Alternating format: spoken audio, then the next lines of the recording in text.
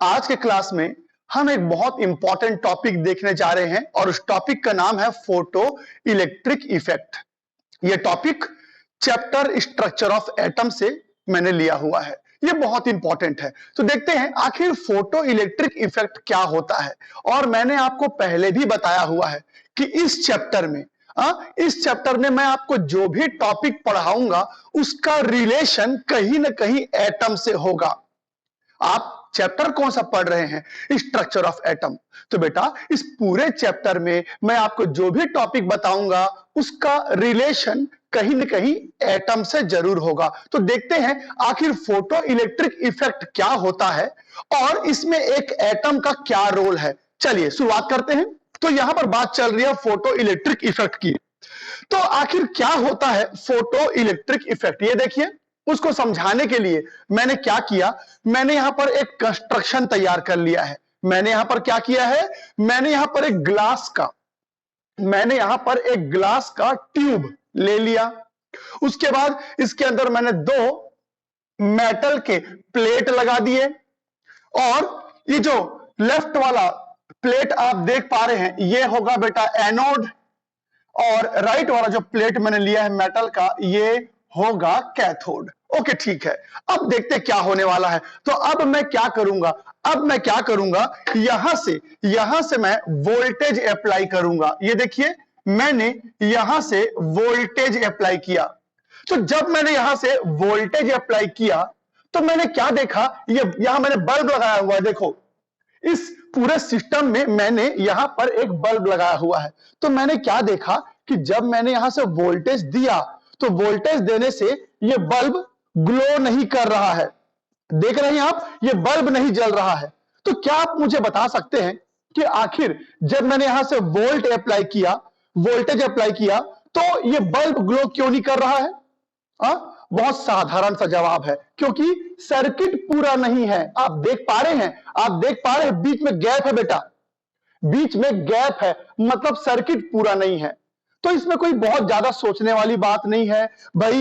ये बल्ब तब ग्लो करेगा जब इस सर्किट में करंट फ्लो करेगा, पर बेटा करंट तो तब फ्लो करेगा जब सर्किट पूरा होगा। तो आप यहां से कितना भी वोल्टेज दे दो ये बल्ब ग्लो नहीं करेगा तब तक जब तक सर्किट पूरा ना हो। चलो ठीक है, सर्किट पूरा होने से ये बल्ब ग्लो करेगा, ये तो मैं समझ गया। लेकिन क्या आपको यह पता है कि सर्किट में करंट फ्लो क्यों करेगा? करंट फ्लो कैसे करता है? जब भी किसी मेटल में, ध्यान से सुनिएगा, जब भी किसी मेटल में इलेक्ट्रॉन फ्लो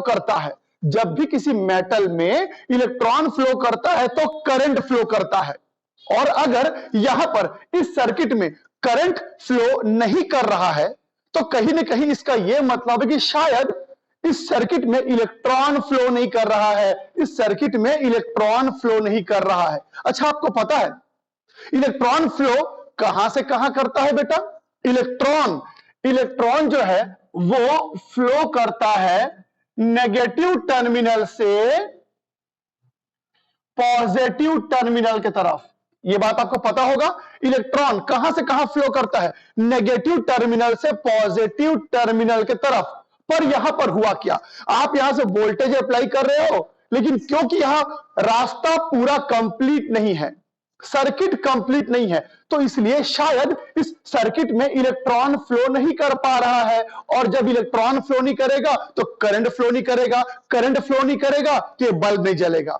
तो आखिर इस बल्ब को मैं जलाऊं कैसे? तो अब देखिए आपके सामने एक नया फिनोमिना मैं रखने जा रहा हूं, जरा ध्यान से देखिएगा। मैंने क्या किया बेटा, मैंने एक रेडिएशन ले लिया, मैंने यहां पर एक रेडिएशन ले लिया और उस रेडिएशन को मैंने इस मेटल के सरफेस के ऊपर गिराया।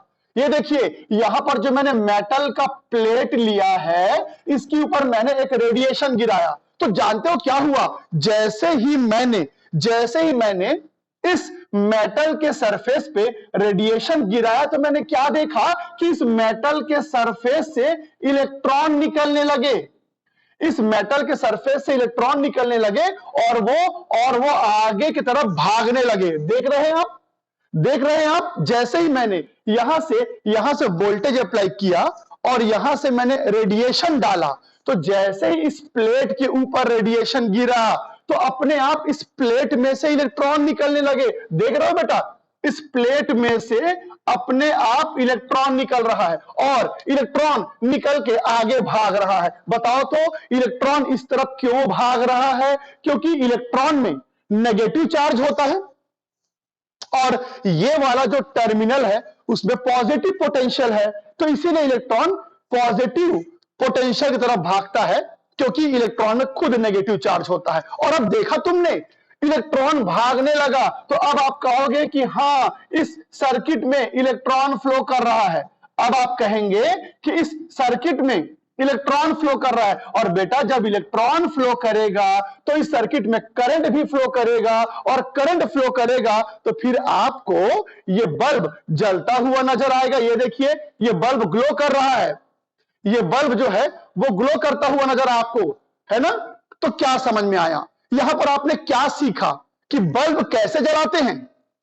नहीं, आपने आप कौन सा फिनोमिना देखा, कौन सा नया फिनोमिना देखा? तो आपने देखा बेटा कि मैंने जब इस मेटल के ऊपर रेडिएशन गिराया तो इसके सरफेस से इलेक्ट्रॉन निकलने लगे। तो गौर से सुनिएगा, जब भी किसी मेटल के ऊपर आप कोई रेडिएशन गिराते हो और मेटल के सरफेस में से इलेक्ट्रॉन निकलने लगे, तो इसी फिनोमिना को हम फोटो इलेक्ट्रिक इफेक्ट कहते हैं।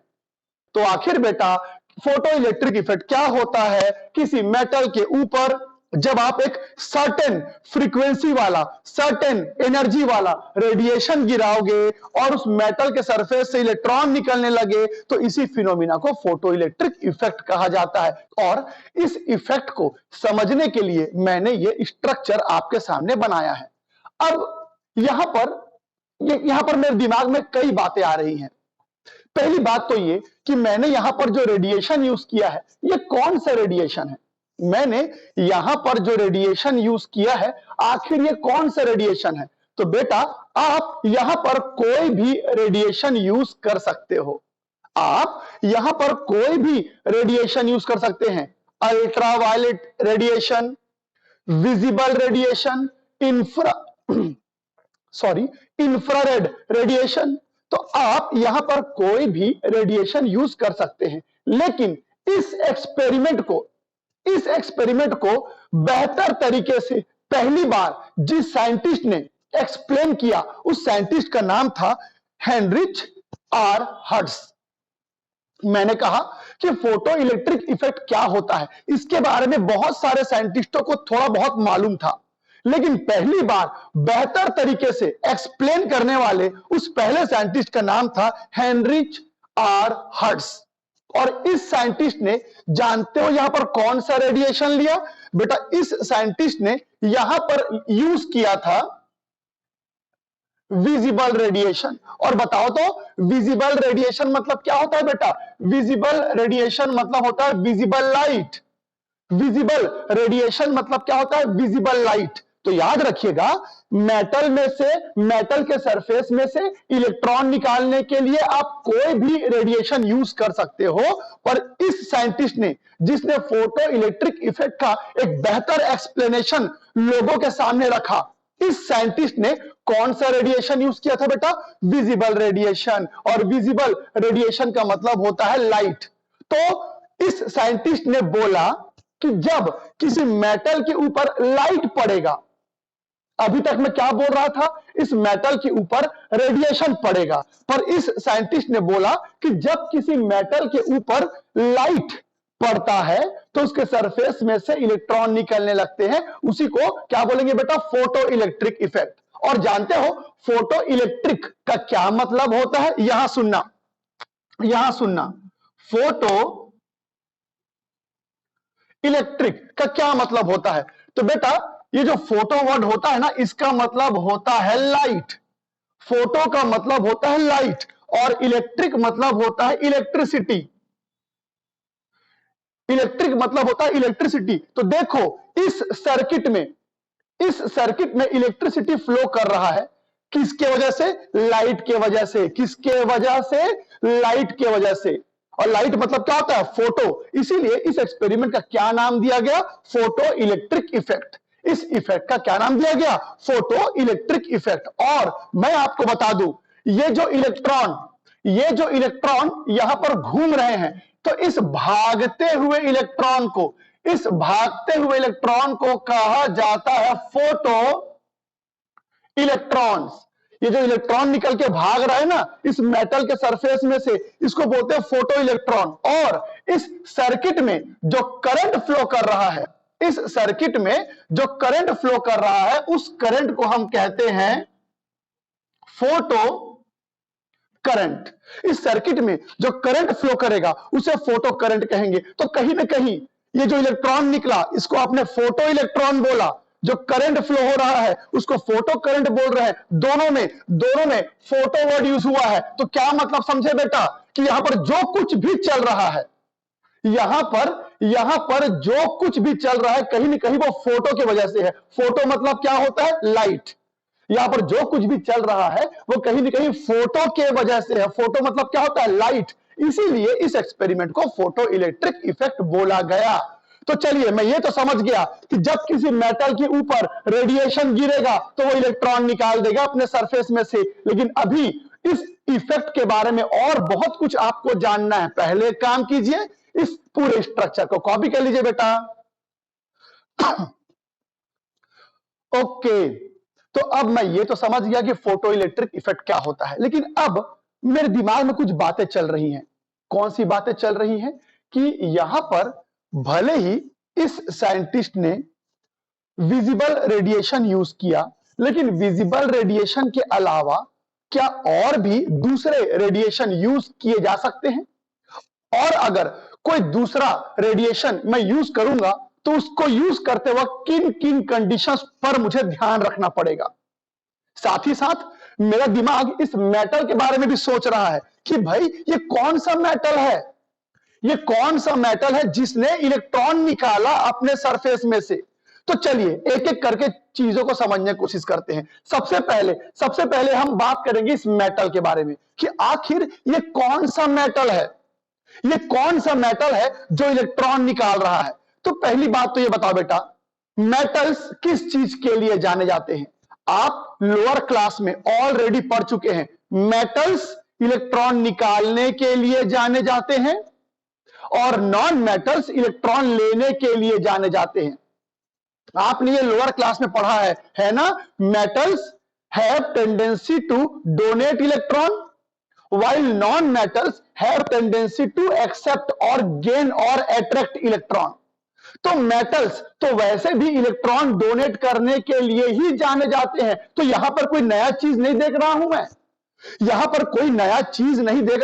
मुझे तो पता है कि मेटल्स इलेक्ट्रॉन निकालते हैं, है ना? तो यहां पर कोई अचंभे वाली बात नहीं है भाई। अगर ये मेटल है और वो इलेक्ट्रॉन निकाल रहा है तो ये तो बिल्कुल स्वाभाविक है। मेटल तो इलेक्ट्रॉन निकालने के लिए ही बना है।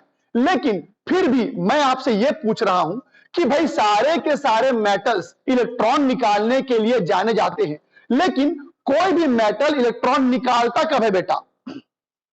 भली आपने बोल दिया कि सारे मेटल्स इलेक्ट्रॉन निकालने के लिए जाने जाते हैं, पर वो इलेक्ट्रॉन निकालता कब है? जरा समझिएगा मेरे बात को। आपको मालूम है कि किसी मेटल के ऊपर जब रेडिएशन गिरेगा, जब लाइट गिरेगा तो वो इलेक्ट्रॉन निकालेगा। तो क्या इसका यह मतलब है कि मैं कोई भी एक मेटल हाथ में लेके घूमूं और यह सोचूंगा कि सन में से तो लाइट आ रहा है, तो लाइट इसके ऊपर टकराएगा तो ये इलेक्ट्रॉन निकालेगा। तो क्या लगता है आपको कि भाई अगर मैं किसी मेटल को हाथ में लेके घूमूं, रास्ते में यहां वहां घूमूं और यह सोचूंगा कि लाइट तो आ ही रहा है, इसके ऊपर टकरा ही रहा है, तो क्या यह मेटल इलेक्ट्रॉन के फुहारे छोड़ेगा? नहीं। तो बेटा भले ही मेटल इलेक्ट्रॉन निकालता है, पर इलेक्ट्रॉन निकालने के कुछ कंडीशंस होते हैं। पहली बात क्या कि कोई भी मेटल तभी इलेक्ट्रॉन निकालता है, ध्यान से सुनिएगा, कोई भी मेटल तभी इलेक्ट्रॉन निकालता है जब उसको यह बात मालूम हो कि मेरे निकाले हुए इलेक्ट्रॉन को कोई एक्सेप्ट कर रहा है। मेटल तभी इलेक्ट्रॉन निकालता है जब उसके निकाले गए इलेक्ट्रॉन को कोई एक्सेप्ट करता है। जरा समझिएगा इस बात को। ये देखो तो, ये देखो तो, ये मेटल, इसने इलेक्ट्रॉन क्यों निकाला बेटा? इसने इलेक्ट्रॉन इसलिए निकाला क्योंकि उसके इलेक्ट्रॉन को एक्सेप्ट करने वाला एक अपोजिट पोटेंशियल वाला मेटल मैंने यहां रखा है। अगर ये मेटल यहां नहीं होता तो कुछ भी कर लो, आप कितना भी रेडिएशन इसके ऊपर गिरा दो, ये इलेक्ट्रॉन निकालने वाला नहीं है। तो मेटल्स तभी इलेक्ट्रॉन निकालते हैं जब उसके निकाले गए इलेक्ट्रॉन को एक्सेप्ट करने वाले कोई अगल बगल में हो। आपको याद होगा, आपने लोअर क्लास में पढ़ा है, आपको याद होगा आपने लोअर क्लास में पढ़ा है कि सोडियम इलेक्ट्रॉन निकालता है। ये बात सब जानते हैं, आपने रिएक्शन पढ़ा है ना बेटा, आपने सोडियम के बारे में पढ़ा है ना कि सोडियम इलेक्ट्रॉन निकालता है, आपने पढ़ा है। लेकिन सोडियम इलेक्ट्रॉन निकालता कब है? आपको पता है, जब सोडियम इलेक्ट्रॉन निकालता है तो उसके बगल में एक एटम होता है जो उसके इलेक्ट्रॉन को लेने के लिए खड़ा होता है। तो सोडियम से निकाले गए इलेक्ट्रॉन को लेने के लिए अक्सर कौन सा एलिमेंट उसके बगल में खड़ा होता है? बताओ तो। क्लोरीन है ना, हमने ये कई बार पढ़ा है लोअर क्लास में। तो बेटा, कोई भी मेटल इलेक्ट्रॉन तभी निकालता है जब उसके इलेक्ट्रॉन को लेने वाला बगल में कोई हो। तो इस कंडीशन पे जरा ध्यान दीजिएगा। मैंने कह दिया सारे के सारे मेटल्स इलेक्ट्रॉन निकालने के लिए जाने जाते हैं, पर वो इलेक्ट्रॉन तभी निकालेंगे जब बगल में कोई उसके इलेक्ट्रॉन को लेने वाला होगा। पहली बात। दूसरी बात कि भाई मेटल्स तो बहुत सारे होते हैं, तो क्या सारे मेटल्स में इलेक्ट्रॉन निकालने का टेंडेंसी सेम होता है? क्या सभी मेटल्स इलेक्ट्रॉन सेम स्पीड से निकालेंगे? उनका इलेक्ट्रॉन निकालने का टेंडेंसी क्या सेम होता है? नहीं। मैं आपको बताता हूं कि कौन से मेटल्स इलेक्ट्रॉन जल्दी निकालते हैं और कौन से मेटल्स इलेक्ट्रॉन निकालने में थोड़ा समय लगाते हैं। तो अब मेटल्स होते कहां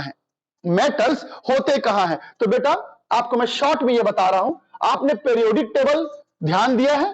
ये देखिए, मैं यहां पर ना पीरियोडिक टेबल बना लेता हूं। ऐसे ही रफली बना लेता हूं, ठीक है? आपको ये दिखाई दे रहा है ना बेटा, ये मैंने पीरियोडिक टेबल बनाया हुआ है, देख पा रहे हैं सब? और आपको ये तो पता ही होगा कि इस ब्लॉक को हम एस ब्लॉक एलिमेंट बोलते हैं, यहां से यहां तक के एलिमेंट्स को पी ब्लॉक एलिमेंट बोलते हैं, यहां से यहां तक के एलिमेंट को डी ब्लॉक एलिमेंट बोलते हैं। क्लियर है बात? ये बात सब पढ़े ना आप लोग?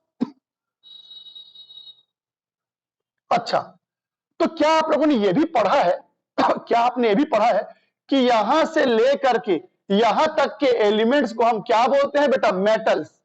और इस तरफ के जो एलिमेंट्स होते हैं वो क्या होते हैं? Non metals.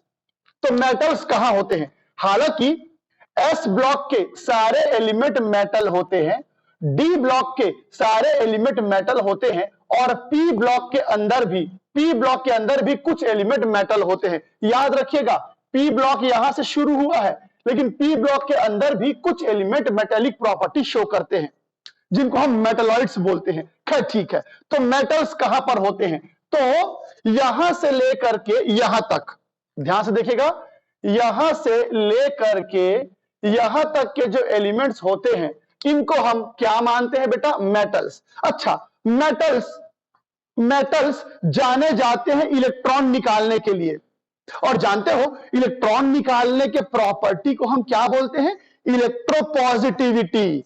क्या बोलते हैं बेटा? इलेक्ट्रोपॉजिटिविटी। तो मेटल्स जो होते हैं वो इलेक्ट्रोपॉजिटिव होते हैं बेटा। मैंने बोला कि मेटल्स जो होते हैं वो इलेक्ट्रोपॉजिटिव होते हैं, और जो नॉन मेटल्स होते हैं वो इलेक्ट्रोनेगेटिव होते हैं, है ना? इलेक्ट्रोपॉजिटिव किसको बोलते हैं? जो इलेक्ट्रॉन निकालेंगे, और इलेक्ट्रोनेगेटिव किसको बोलते हैं? जो इलेक्ट्रॉन गेन करते हैं। तो जितने भी मेटल्स होते हैं वो इलेक्ट्रोपॉजिटिव होते हैं, और इलेक्ट्रोपॉजिटिविटी का मतलब होता है इलेक्ट्रॉन निकालने का टेंडेंसी। अच्छा ठीक है, लेकिन इतना आपको समझ में आ गया होगा कि जिस मेटल में इलेक्ट्रोपॉजिटिविटी ज्यादा होगा उसमें इलेक्ट्रॉन निकालने का टेंडेंसी ज्यादा होगा, और जिस मेटल में इलेक्ट्रोपॉजिटिविटी कम होगा उसमें इलेक्ट्रॉन निकालने का टेंडेंसी भी कम होगा। तो कैसे पता करेंगे, कैसे पता करेंगे कि कौन से मेटल्स ज्यादा इलेक्ट्रोपॉजिटिव होते हैं? तो सुनना इधर, सुनना इधर बेटा, मेटल्स को मैं यहां पर दो हिस्सों में बांट देता हूं, ठीक है? मैं मेटल्स को यहां पर दो हिस्सों में बांट देता हूं।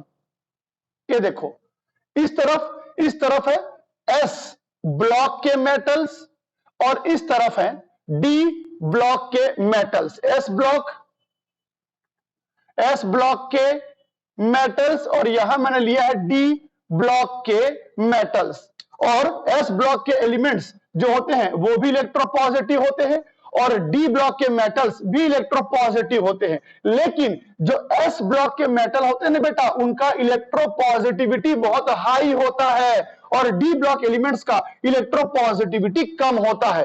तो क्या समझे? एस ब्लॉक के एलिमेंट्स इलेक्ट्रॉन जल्दी निकालते हैं, मतलब वो इलेक्ट्रॉन जल्दी निकालेंगे अगर आप उसके ऊपर रेडिएशन गिराएंगे, और जो डी ब्लॉक के मेटल्स होते हैं उनमें इलेक्ट्रोपॉजिटिविटी थोड़ा कम होता है, इसलिए वो जल्दी इलेक्ट्रॉन नहीं निकालेंगे। तो अब क्वेश्चन ये उठता है कि जो इलेक्ट्रॉन जल्दी निकालते हैं उनमें तो कोई परेशानी नहीं होगी, लेकिन जो मेटल इलेक्ट्रॉन जल्दी नहीं निकालते उनमें से इलेक्ट्रॉन निकलवाने के लिए या जल्दी इलेक्ट्रॉन निकलवाने के लिए हमको क्या करना पड़ेगा? तो यहां सुनना, यहां सुनना, अगर आपने एस ब्लॉक का मेटल लिया है, सुनना इधर, अगर आपने एस ब्लॉक का मेटल लिया है तो इनका इलेक्ट्रोपॉजिटिविटी इतना हाई होता है कि इनमें से इलेक्ट्रॉन निकालने के लिए आप ले सकते हैं कोई भी रेडिएशन। मैंने कहा कि एस ब्लॉक के एलिमेंट्स इतने ज्यादा इलेक्ट्रोपॉजिटिव होते हैं, वो इलेक्ट्रॉन निकालने के लिए इतने उतावले होते हैं कि उनमें से इलेक्ट्रॉन निकालने के लिए आप कोई भी रेडिएशन यूज कर सकते हो, कोई भी रेडिएशन यूज कर सकते हो। लेकिन अगर आप डी ब्लॉक एलिमेंट लोगे, लेकिन अगर आप डी ब्लॉक एलिमेंट लोगे तो बेटा ये जल्दी इलेक्ट्रॉन नहीं निकालते, ये जल्दी इलेक्ट्रॉन नहीं निकालते। तो इनमें से इलेक्ट्रॉन निकालने के लिए आपको थोड़ा ज्यादा ताकतवर रेडिएशन लेना पड़ेगा। और बताओ तो ज्यादा ताकतवर रेडिएशन कौन होता है? विजिबल लाइट से ज्यादा एनर्जी किसका होता है? अल्ट्रावायलेट का। मैं आपको बता चुका हूं अल्ट्रावायलेट की एनर्जी बहुत ज्यादा होता है, पहले भी है ना? तो क्या समझे बेटा कि एस ब्लॉक के मेटल्स बहुत जल्दी इलेक्ट्रॉन निकालते हैं, तो उनमें से इलेक्ट्रॉन निकालने के लिए आप कोई भी रेडिएशन यूज कर सकते हो। और अगर डी ब्लॉक का मेटल लोगे तो उसमें से इलेक्ट्रॉन निकालने के लिए आपको थोड़ा ज्यादा ताकतवर रेडिएशन यूज करना होगा, दैट इज क्या? अल्ट्रावायलेट। तो अभी मैंने आपको यह बताया कि मेटल्स इलेक्ट्रॉन निकालते हैं, लेकिन अलग अलग तरह के मेटल्स में इलेक्ट्रॉन निकालने का टेंडेंसी अलग अलग होता है, ठीक? और अब बताओ, अगर मैं तुमसे बोलूंगा कि चलो ये एक्सपेरिमेंट करो, ये एक्सपेरिमेंट करो, तो बेटा इस एक्सपेरिमेंट को करने के लिए ऑब्वियसली आप कोई ऐसा मेटल सेलेक्ट करोगे जो जल्दी इलेक्ट्रॉन निकाल सके। तो बताओ तो कौन सा मेटल आप यूज करेंगे कि वो जल्दी इलेक्ट्रॉन निकाले? बताओ तो। या फिर सिंपल भाषा में हम कह सकते हैं एस ब्लॉक एलिमेंट, है ना? एस ब्लॉक एलिमेंट के मेटल लेंगे तो उसको उनमें से इलेक्ट्रॉन निकालना आसान होगा। तो देखो, मेटल्स इलेक्ट्रॉन तो निकालते हैं पर अलग अलग मेटल्स में इलेक्ट्रॉन निकालने का टेंडेंसी अलग अलग होता है। अभी और बहुत सारी बातें हैं, चलिए इसको भी कॉपी कर लीजिए प्लीज। ठीक है, ठीक है, तो इसको मैं हटा देता हूं यहां से।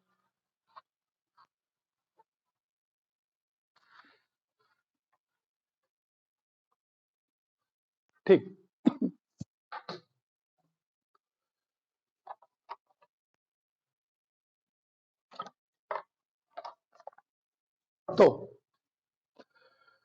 तो अब ये तो समझ में आ गया कि मेटल्स इलेक्ट्रॉन निकालते क्यों हैं। क्योंकि बेटा मेटल्स इलेक्ट्रोपॉजिटिव होते हैं, उनमें इलेक्ट्रॉन निकालने का टेंडेंसी जन्मजात पाया जाता है, वो बचपन से ही इलेक्ट्रॉन निकालने के लिए जाने जाते हैं। आज आज मौका मिला तो उन्होंने इलेक्ट्रॉन निकाल के दिखा भी दिया। हाँ, वो बात अलग है कि कुछ मेटल्स में इलेक्ट्रॉन निकालने की टेंडेंसी ज्यादा होता है और कुछ में कम, लेकिन मेटल्स इलेक्ट्रॉन निकालते हैं, ये बात आप ध्यान में रखिएगा। अच्छा ठीक है, अब क्वेश्चन है कि इस पूरे टॉपिक से हमें एग्जाम में किस तरह के क्वेश्चंस फेस करने पड़ेंगे।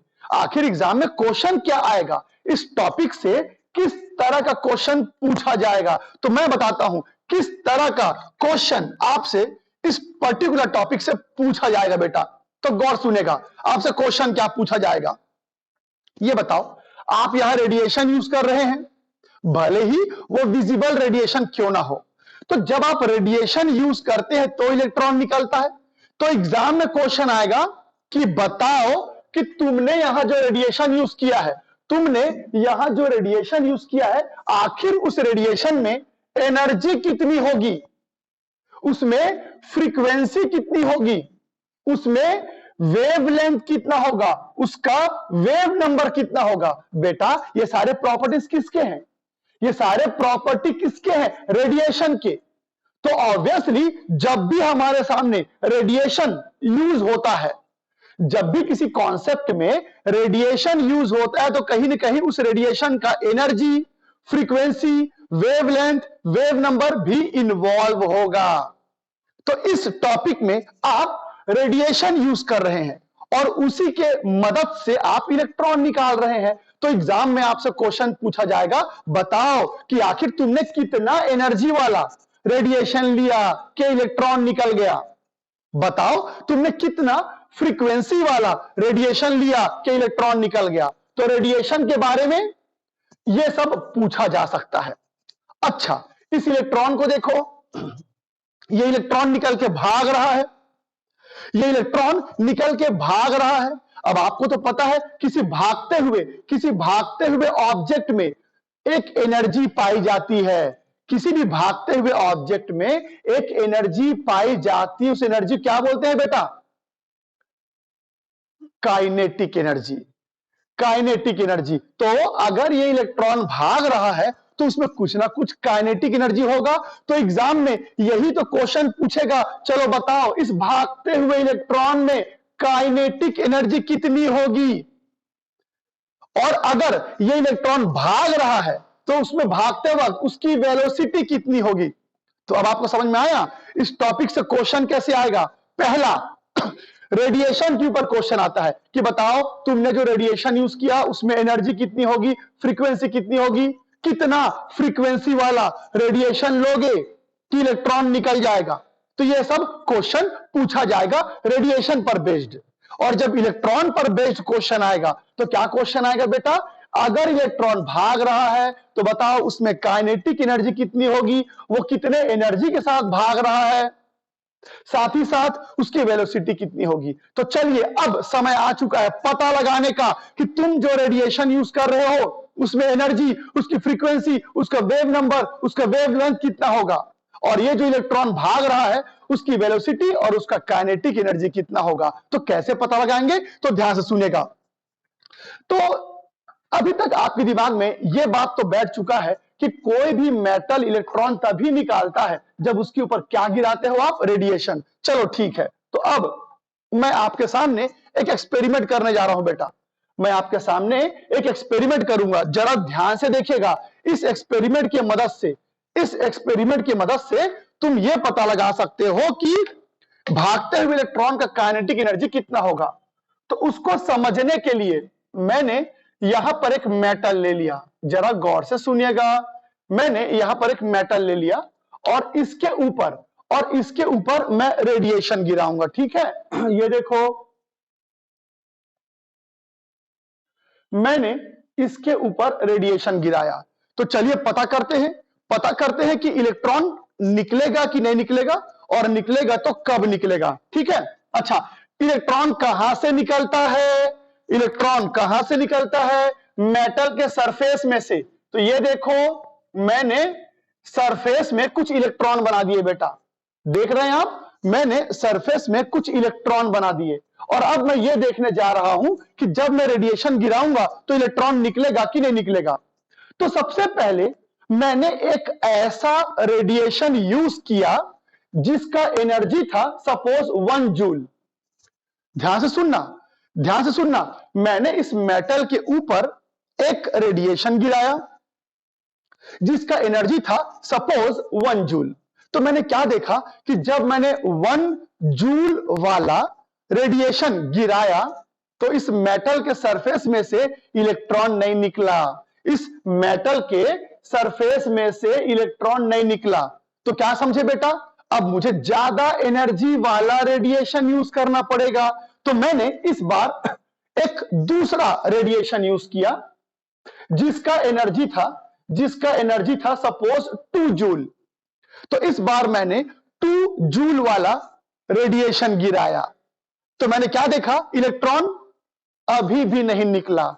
तो अब मैं और एनर्जी बढ़ाऊंगा। तो अब मैंने 3 जूल वाला रेडिएशन गिराया, इलेक्ट्रॉन हिला तक नहीं, और एनर्जी बढ़ाइए। फिर मैंने 4 जूल वाला रेडिएशन गिराया तो मैंने क्या देखा कि 4 जूल का रेडिएशन जब गिरा तो अचानक इलेक्ट्रॉन वाइब्रेट करने लगा। ये देखो, इलेक्ट्रॉन यहां वाइब्रेट करने लगा। जब मैंने 4 जूल वाला रेडिएशन गिराया तो इलेक्ट्रॉन वाइब्रेट करने लगा, मतलब अब वो निकलने को तैयार है।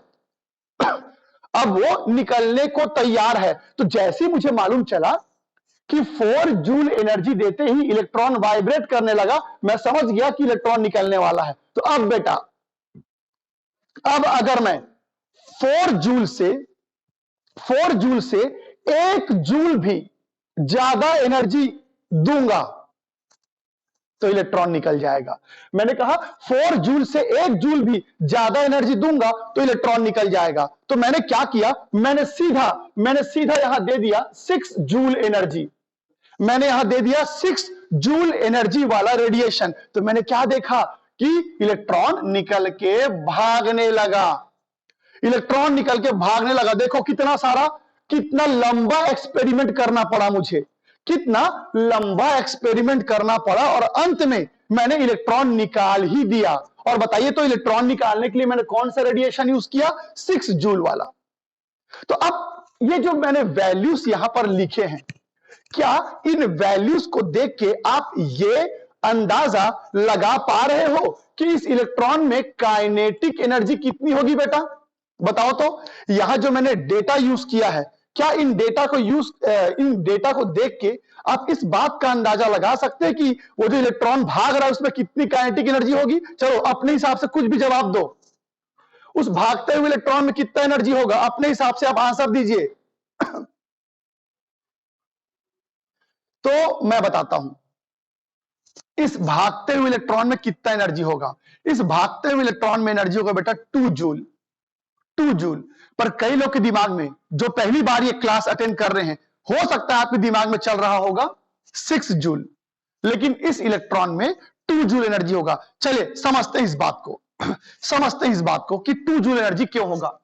बेटा, जब तुमने 1 जूल एनर्जी दिया तो उस एनर्जी को इलेक्ट्रॉन खा गया, लेकिन वो निकला नहीं। फिर तुमने 2 जूल एनर्जी दिया तो इलेक्ट्रॉन उस एनर्जी को खा गया, निकला नहीं। जब 3 जूल एनर्जी दिया उसको भी खा गया। जब तुमने 4 जूल एनर्जी दिया तो उसको भी वो खा गया, लेकिन अब उसका पेट भर गया। तो अब उसका पेट भर गया तो अब वो और एनर्जी नहीं खाएगा। तो अब उसको एक्स्ट्रा एनर्जी दोगे तो उसी को लेके वो भागेगा। तो अब अगर आप इस इलेक्ट्रॉन को 6 जूल एनर्जी दोगे तो बेटा इस इलेक्ट्रॉन में 4 जूल एनर्जी तक को खा जाने का टेंडेंसी है। वो तो 4 जूल में निकला ही नहीं था, वो तो 4 जूल में निकला नहीं। तो तुम पूछोगे कि इस इलेक्ट्रॉन का पेट भरने के लिए कितना एनर्जी चाहिए, तो आप कहेंगे 4 जूल तक एनर्जी वो खा जाता है। उससे ज्यादा दोगे तो वो निकल के भागेगा। तो जब मैंने इसको 6 जूल एनर्जी दिया तो 6 जूल में से 4 जूल तो वो खा जाएगा, क्योंकि वो खा जाता है।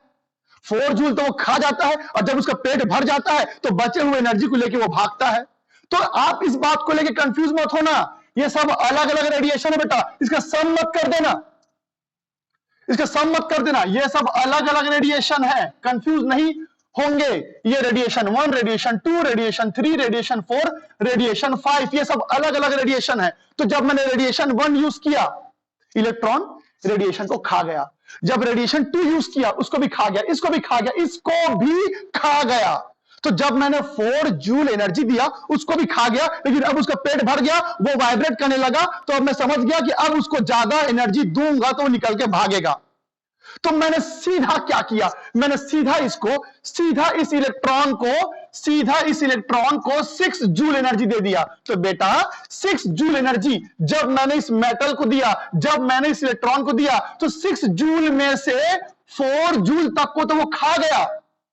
मैंने इस इलेक्ट्रॉन को दिया 6 जूल वाला रेडिएशन, तो मुझे तो पता है इसके पेट भरने के लिए 4 जूल एनर्जी चाहिए। तो 6 जूल में से 4 जूल को वो खा जाएगा और फिर बचे हुए 2 जूल को लेके वो आगे भागेगा। तो बताइए इस इलेक्ट्रॉन में कितना एनर्जी हुआ भागते हुए? 2 जूल। 2 जूल। तो मैंने देखो कितना लंबा चौड़ा एक्सपेरिमेंट किया, मैंने यहां पर कितना लंबा चौड़ा एक्सपेरिमेंट किया, तब जाके मुझे पता चला कि इस इलेक्ट्रॉन का पेट भरने के लिए 4 जूल एनर्जी चाहिए। मतलब अगर मैं तुमसे पूछूं, इन सभी एक्सपेरिमेंट को करने के बाद अगर मैं तुमसे पूछूं, चलो बताओ इस मेटल में से इलेक्ट्रॉन निकालने के लिए कितना एनर्जी चाहिए, तो आप क्या जवाब दोगे? अगर मैं तुमसे पूछूंगा इस मेटल में से इलेक्ट्रॉन निकालने के लिए कितना एनर्जी लगेगा, तो आप क्या जवाब दोगे? कुछ भी जवाब दे दो मेरे को। तो आप कहेंगे हम कितना भी एनर्जी दे सकते हैं, बस वो एनर्जी 4 जूल से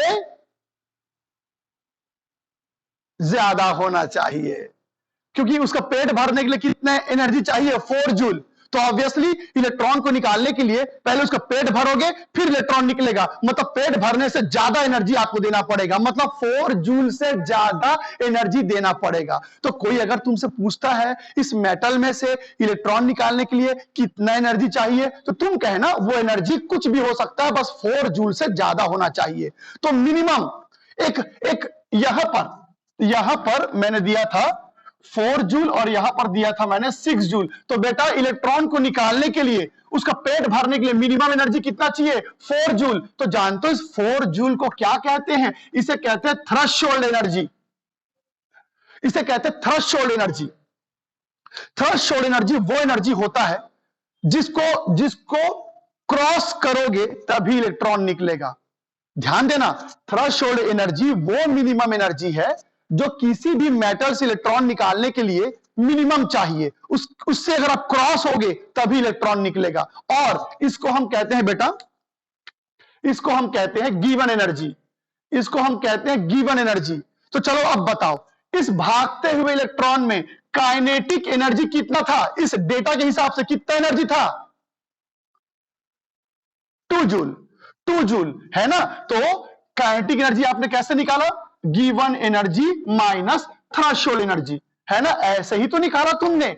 कैसे निकाला बेटा? 6 जूल माइनस क्या? 4 जूल। तो इस इलेक्ट्रॉन का काइनेटिक एनर्जी कितना हुआ? 2 जूल।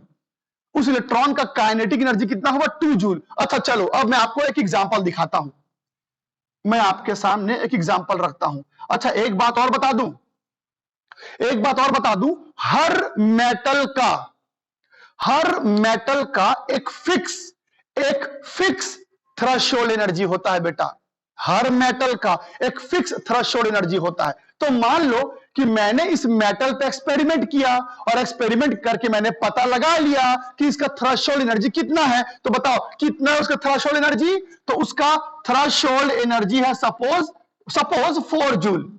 मैंने यहां जो मेटल लिया है इसका थ्रेशोल्ड एनर्जी कितना है? 4 जूल। थ्रेशोल्ड एनर्जी कितना है? 4 जूल। तो बताओ इनमें से इलेक्ट्रॉन निकालने के लिए कितना एनर्जी दूंगा? 4 जूल से ज्यादा, है ना। तो मैंने क्या किया, मैंने यहां पर दे दिया सीधा 6 जूल एनर्जी, यहां पर दे दिया मैंने 8 जूल एनर्जी वाला रेडिएशन, और यहां पर दे दिया मैंने 10 जूल एनर्जी वाला रेडिएशन। तो मैंने क्या देखा? इलेक्ट्रॉन यहां भी निकल के भाग रहा है, इलेक्ट्रॉन यहां भी निकल के भाग रहा है और इलेक्ट्रॉन यहां भी निकल के भाग रहा है। पर आप मुझे बता सकते हैं इन तीनों केस में काइनेटिक एनर्जी कितना कितना होगा जी?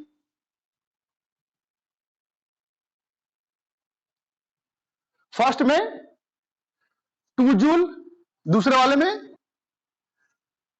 4 जूल, उसके बाद 6 जूल। तो क्या समझे कि एक मेटल का थ्रेशोल्ड एनर्जी फिक्स होता है। एक मेटल का थ्रेशोल्ड एनर्जी फिक्स होता है, वो चेंज नहीं होता। हाँ, अब वो भागते हुए कितना एनर्जी के साथ भागेगा तो वो किस बात पर डिपेंड करेगा बेटा? भागते हुए वो कितना एनर्जी के साथ भागेगा वो किस बात पर डिपेंड करेगा? कि तुम उसको बाहर से कितना एनर्जी दे रहे हो। हाँ, ये एक बात तो क्लियर है ना कि आपको कितना एनर्जी देना है, एबव थ्रेशोल्ड एनर्जी, तभी इलेक्ट्रॉन निकल के भागेगा। तो मेटल जो होता है उसका तो थ्रेशोल्ड एनर्जी फिक्स होता है। अब उसमें से कितनी तेजी से आपको इलेक्ट्रॉन निकलवाना है वो डिपेंड करता है कि आप कितना एनर्जी वाला रेडिएशन यूज करेंगे। प्लीज ये पूरा एक्सपेरिमेंट कॉपी कीजिए, फिर मैं आगे बढ़ता हूं।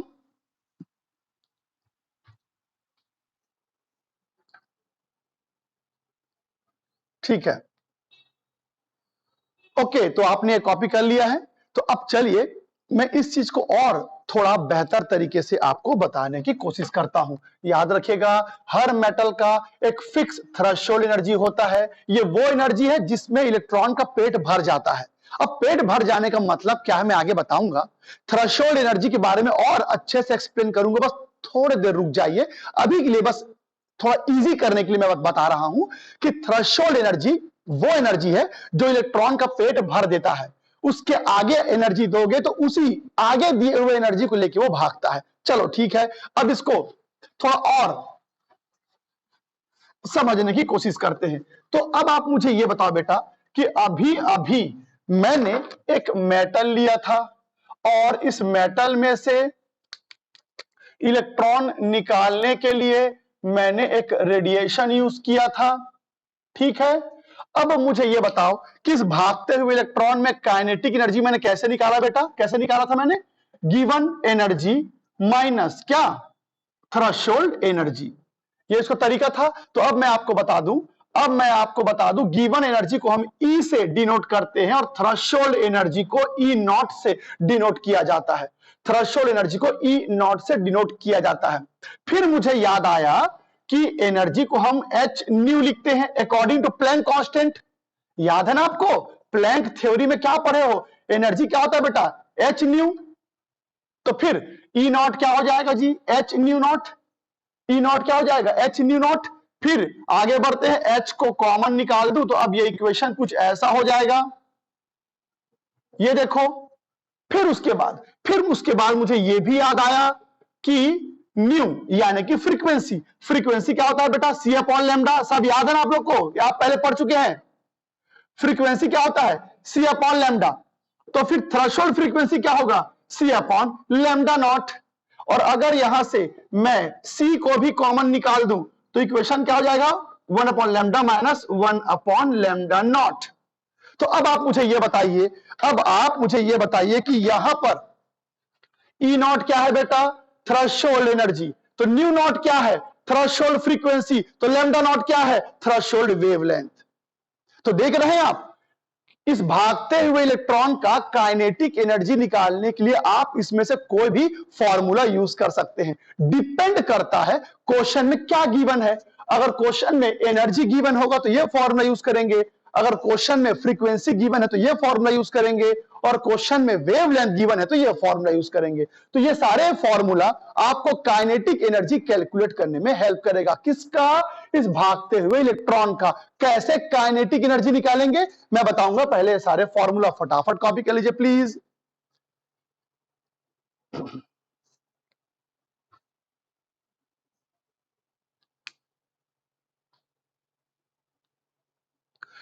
तो याद रखना, हर मेटल का एक फिक्स थ्रेशोल्ड एनर्जी होता है, फिक्स थ्रेशोल्ड फ्रीक्वेंसी होता है, फिक्स थ्रेशोल्ड वेवलेंथ होता है। तो थ्रेशोल्ड फिक्स रहता है किसी भी मेटल का।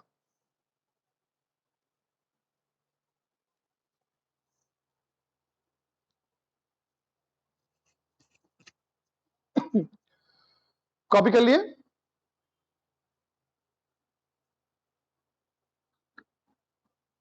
ठीक है, ठीक है। अब मैं आपको कुछ बातें और बता दूं। ये जो थ्रेशोल्ड एनर्जी होता है ना बेटा, थ्रेशोल्ड एनर्जी को मिनिमम एनर्जी भी कहते हैं। इस थ्रेशोल्ड एनर्जी को मिनिमम एनर्जी भी कहा जाता है। थ्रेशोल्ड फ्रीक्वेंसी को मिनिमम फ्रीक्वेंसी कहा जाता है। थ्रेशोल्ड वेवलेंथ को मैक्सिमम वेवलेंथ बोलेंगे। मैक्सिमम क्यों बोला मैंने? मैक्सिमम क्यों बोला मैंने? बेटा फ्रीक्वेंसी और वेवलेंथ अपोजिट होते हैं एक दूसरे के, पता है ना आपको? तो फ्रीक्वेंसी के लिए जो कहोगे वेवलेंथ के लिए उल्टा बोलना पड़ेगा। देखो ना, फ्रीक्वेंसी वेवलेंथ का रेसिप्रोकल होता है, अपोजिट है वो। तो ये सब मैं क्यों बता रहा हूं? हो सकता है एग्जाम में कभी क्वेश्चन पूछ दे कैलकुलेट मिनिमम फ्रीक्वेंसी, तो आपको पता होना चाहिए ना कि मिनिमम फ्रीक्वेंसी का मतलब क्या होता है। तो क्या होता है मिनिमम फ्रीक्वेंसी? ई नॉट को बोलते हैं बेटा, सॉरी न्यू नॉट को बोलते हैं। मिनिमम फ्रीक्वेंसी क्या होता है? New not. अगर किसी ने बोल दिया minimum wavelength, sorry maximum wavelength calculate करो, तो अगर कोई बोलेगा मैक्सिमम वेवलेंथ कैलकुलेट करो, तो फिर ये कैलकुलेट करना है लैम्डा नॉट। तो ये सब मैं इसीलिए आपको बता रहा हूं। तो इनमें से कोई भी फॉर्मूला आप यूज कर सकते हैं काइनेटिक एनर्जी कैलकुलेट करने के लिए। चलिए आपको एग्जांपल दिखाऊं, एग्जांपल देखते हैं, ठीक है। जैसे मान लीजिए मेरे पास एक मेटल है जिसका नाम है सोडियम। एक मिनट, हाँ ठीक है, हाँ जी। तो मेरे पास एक मेटल है जिसका नाम है सोडियम। इसका इसका थ्रेशोल्ड एनर्जी है, इसका थ्रेशोल्ड एनर्जी है सपोज 2 जूल। मैं एक एग्जांपल ले रहा हूं यहां पर, ठीक है। और एक मिनट, थ्रेशोल्ड एनर्जी ना लेके थ्रेशोल्ड फ्रीक्वेंसी लेते हैं, ठीक है। थ्रेशोल्ड फ्रीक्वेंसी है सपोज 2 हर्ट्ज। इस सोडियम का, ये मैं अपने हिसाब से एग्जांपल दे रहा हूं ना, ये मैं अपने समझाने के लिए बता रहा हूं। तो इस मेटल का थ्रेशोल्ड फ्रीक्वेंसी है 2 हर्ट्ज। और मैंने इस मेटल के ऊपर एक रेडिएशन गिराया जिसका फ्रीक्वेंसी है, जिसका गिवन फ्रीक्वेंसी है सपोज 4 हर्ट्ज। तो चलिए बताइए, इस मेटल में से जब इलेक्ट्रॉन निकल के भागेगा तो उसकी काइनेटिक एनर्जी कितनी होगी? चलो बताओ, वो जो इलेक्ट्रॉन निकल के भागेगा उसका काइनेटिक एनर्जी कितना होगा? कोई टू जूल तो नहीं सोच रहा है? 2 जूल कैसे होगा बेटा? यहां पर मैं थ्रेशोल्ड एनर्जी और गिवन एनर्जी थोड़ी दिया, मैंने फ्रीक्वेंसी दिया है। मैंने यहां फ्रीक्वेंसी दिया है, ये फ्रीक्वेंसी का वैल्यू है, ये न्यू नॉट का वैल्यू है। तो आप ये फॉर्मूला यूज करेंगे ना जी, ये थोड़ी ना फॉर्मूला यूज करेंगे। तो काइनेटिक एनर्जी क्या होगा? H nu minus new not, है ना। चलो बताओ एच क्या होता है? Planck constant. इसकी वैल्यू कितनी होती है? 6.62 इंटू 10⁻⁻34 जूल सेकेंड। याद आया ना? हा? और न्यू का वैल्यू कितना है? तो न्यू का वैल्यू है बेटा 4, और न्यू नॉट का वैल्यू कितना है? 2 पर सेकेंड।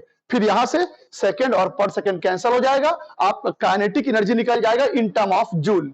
तो अब आप समझे, इनमें से कोई भी फॉर्मूला आपको यूज करना पड़ सकता है न्यूमेरिकल बनाते वक्त। अब कौन सा फॉर्मूला यूज करेंगे वो इस बात पर डिपेंड करेगा कि एनर्जी गिवन है, कि फ्रीक्वेंसी गिवन है, कि वेवलेंथ गिवन है। तो इस क्वेश्चन में फ्रीक्वेंसी गिवन था, इसलिए मैंने ये वाला फॉर्मूला यूज किया। बताइए क्या किसी के लिए ये दोबारा मुझे रिपीट करना? मैंने यहां पर क्या किया?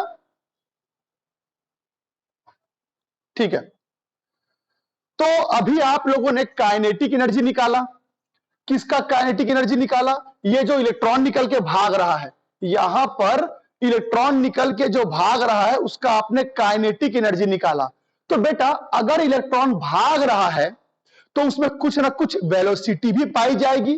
तो चलो अब ये पता लगाते हैं कि इस भागते हुए इलेक्ट्रॉन का वेलोसिटी कितना होगा। तो वेलोसिटी कैलकुलेट करने के लिए हम ये फॉर्मूला यूज करेंगे, हाफ mv²। ये फॉर्मूला आप लोअर क्लास में पढ़े हो, है ना। Kinetic energy equal to half mv²। तो बेटा काइनेटिक एनर्जी तुमने कैलकुलेट कर लिया, उस वैल्यू को यहां पुट अप कर देना। तो यहां से वेलोसिटी निकल जाएगा। रही बात m की, तो m क्या है? मास। किसका मास? किसका मास? कौन निकल के भाग रहा है? किसका मास? इलेक्ट्रॉन का। भाग कौन रहा है? इलेक्ट्रॉन ना। तो यहां किसका मास लेंगे? इलेक्ट्रॉन का। तो बेटा m यहां पर होता है मास ऑफ इलेक्ट्रॉन। और जानते हैं इलेक्ट्रॉन का मास कितना होता है? 9.1 into 10 to the power -31 kg।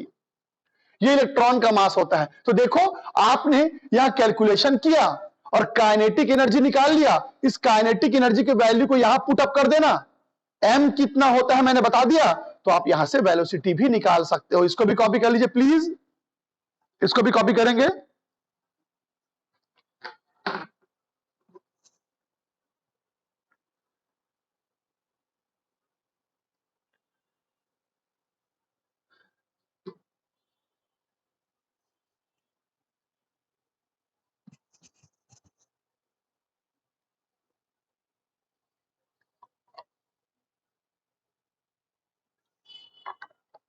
लिख लिए?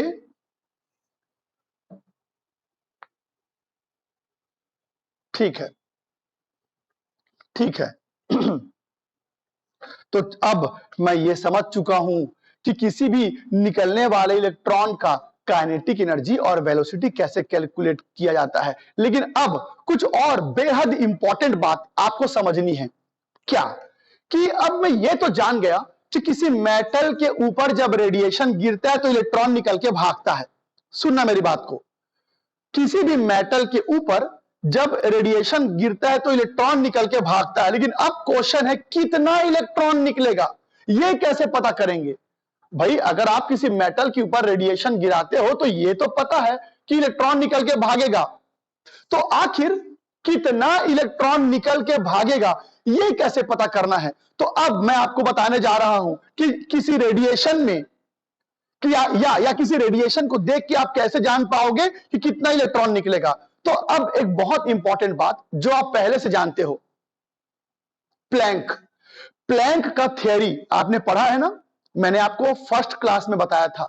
मैक्स प्लैंक नाम के एक साइंटिस्ट थे जिन्होंने बोला कि किसी भी सोर्स में से जब रेडिएशन आता है तो कंटिन्यू नहीं आता। सबको याद है ये बात? किसी भी सोर्स में से जब रेडिएशन आता है तो कंटिन्यू नहीं आता। तो कैसे आता है?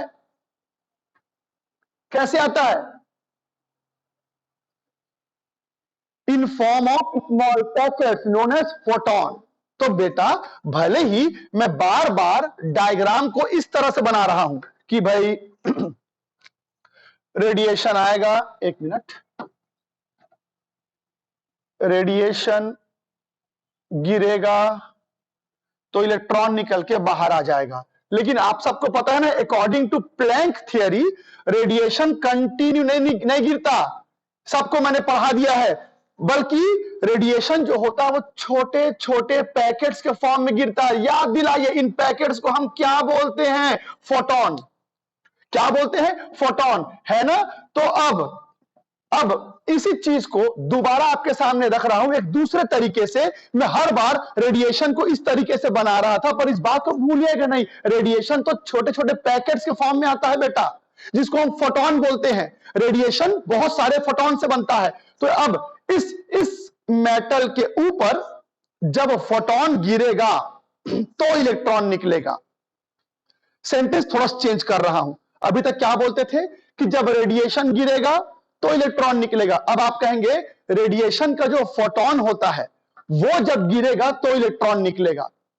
तो ये मैं इसलिए बता रहा हूं ताकि आपको नंबर ऑफ इलेक्ट्रॉन कितने निकले इसको समझने में आसानी हो, इसको समझने में आसानी हो। तो अब क्वेश्चन है कि फोटोन गिरेगा तो इलेक्ट्रॉन निकलेगा, तो कितना इलेक्ट्रॉन निकलेगा? तो जवाब एकदम एकदम सिंपल सा है, एकदम सिंपल। एक फोटोन एक इलेक्ट्रॉन को निकालता है। इस बात को ध्यान समझिएगा, एक फोटोन एक इलेक्ट्रॉन निकालता है। तो एक इलेक्ट्रॉन को निकालने के लिए आपको केवल एक फोटोन चाहिए। आपको केवल एक फोटोन चाहिए एक इलेक्ट्रॉन को निकालने के लिए। यह बात बहुत इंपॉर्टेंट है। यह आपको किताबों में लिखा हुआ नहीं मिलेगा, यह बुक में लिखा हुआ नहीं मिलेगा।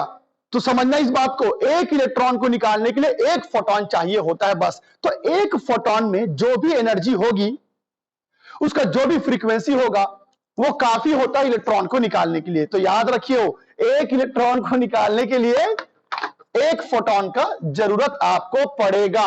ठीक है, तो समझने की कोशिश करते हैं इसको। मैं कुछ बेहद इंपॉर्टेंट पॉइंट्स आपको यहां पर बताने जा रहा हूं।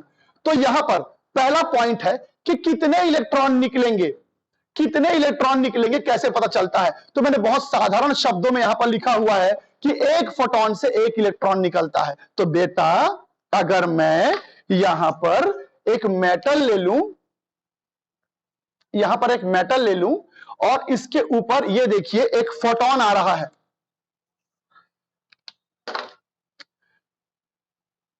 ये देखिए एक फोटोन आ रहा है। तो एक फोटोन जब इस मेटल के ऊपर गिरेगा तो इसके सरफेस में से एक इलेक्ट्रॉन निकलेगा। भूलिएगा नहीं, एक फोटोन काफी है एक इलेक्ट्रॉन को निकालने के लिए। ऊपर मैंने सेंटेंस में क्या लिखा है कि एक इलेक्ट्रॉन को निकालने के लिए एक फोटोन जो है वो रिस्पॉन्सिबल होता है। हाँ, तो इसका यह मतलब निकला कि जितने ज्यादा फोटोन गिरेंगे इलेक्ट्रॉन उतना ही ज्यादा निकलेगा। यह भी क्लियर है ना आपको। तो यहां पर आप कह सकते हैं कि अगर मैं सपोज यहां पर 3 फोटोन का यूज करता हूं, तो एकदम सिंपल सा बात है बेटा, अगर 3 फोटोन यहां पर गिराओगे तो आपको यहां से 3 इलेक्ट्रॉन निकलता हुआ दिखेगा। तो जितने फोटोन आप गिराओगे उतने इलेक्ट्रॉन वहां पर निकलते हुए नजर आएंगे। हाँ, लेकिन उस फोटोन में खास बात क्या होना चाहिए, उस फोटोन में क्या खास बात होना चाहिए, मैं आपको बताता हूं। समझना इस बात को। मैं फिर से एक एक्सपेरिमेंट ले रहा हूं, समझिएगा। मैं फिर से एक और एग्जांपल दिखा रहा हूं। ये देखो, मैंने एक मेटल ले लिया और इसका थ्रेशोल्ड एनर्जी है सपोज 4 जूल। 4 जूल। तो बताओ, इस मेटल के सरफेस में से इलेक्ट्रॉन निकालने के लिए मुझे कौन सा फोटोन लेना पड़ेगा? जवाब दीजिए मेरे को। ऐसा फोटोन जिसका एनर्जी क्या 4 जूल से ज्यादा होना चाहिए। सिंपल सी बात है। तो इसका मतलब वो जो फोटोन गिरता है ना बेटा, जो इलेक्ट्रॉन को निकालता है, उस एक फोटोन का एनर्जी थ्रेशोल्ड एनर्जी से ज्यादा होना चाहिए। तो अगर आप यहां पर लेंगे कितना एनर्जी मोर देन कितना बेटा 4 जूल, तभी इलेक्ट्रॉन निकलेगा। तो यहां पर मैं क्या सिखा रहा हूं कि इलेक्ट्रॉन जो होता है वो तब निकलता है जब फोटोन गिरता है। एक फोटोन एक इलेक्ट्रॉन निकालेगा, तो जितने ज्यादा फोटोन लोगे इलेक्ट्रॉन उतना ही ज्यादा निकलेगा। बस शर्त यह है कि जो फोटोन गिरता है उसकी एनर्जी कितनी होगी, उस फोटोन की एनर्जी कितनी होगी इस मेटल के अंदर जो थ्रेशोल्ड एनर्जी होता है उससे ज्यादा। तो मुझे इस पॉइंट को किसी के लिए भी दोबारा रिपीट करना है क्या?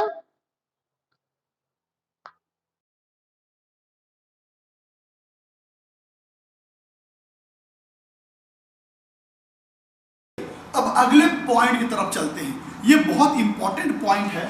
यहां देखिए इंटेंसिटी। अब अगला जो पॉइंट आपको बताने जा रहा हूं ये बहुत इंपॉर्टेंट है। ठीक है, तो इस पॉइंट को समझने से पहले जो आपको मैंने फोटो इलेक्ट्रिक इफेक्ट बताया था, इसमें बताओ बेटा फोटो करंट क्या होता है। फोटो करंट क्या होता है? इस सर्किट में जो करंट फ्लो करेगा, इस सर्किट में जो करंट फ्लो करेगा उसी को आप फोटो करंट कहते हैं।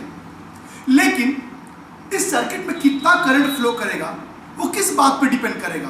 हाँ, ये जो बल्ब मैंने लगाया है, ये बल्ब कितनी तेजी से ग्लो करेगा, ये बल्ब कितनी तेजी से ग्लो करेगा, वो डिपेंड करता है कि इस सर्किट में कितना करंट फ्लो कर रहा है। अब इस सर्किट में जो करंट फ्लो करता है उसको आप फोटो करंट कहते हैं। तो अब मुझे ये देखना है कि इस सर्किट में कितना करंट फ्लो करेगा, कितना फोटो करंट फ्लो करेगा। तो बहुत साधारण सा जवाब है भाई, इलेक्ट्रॉन निकल के भाग रहा है तो इस सर्किट में करंट फ्लो कर रहा है, तो जितना ज्यादा इलेक्ट्रॉन भागेगा उतना ही ज्यादा फोटो करंट फ्लो करेगा। तो क्या समझे, जितना ज्यादा इलेक्ट्रॉन आप गिराओगे उतना ही ज्यादा इलेक्ट्रॉन यहां से निकलेगा और इस सर्किट में उतना ही ज्यादा फोटो करंट जो है वो फ्लो करेगा। तो फोटो करंट यानी कि सर्किट में घूमने वाला करंट किस पे डिपेंड कर रहा है? नंबर ऑफ इलेक्ट्रॉन्स पे। और नंबर ऑफ इलेक्ट्रॉन्स कितने निकलेंगे वो किस बात पे डिपेंड करेगा?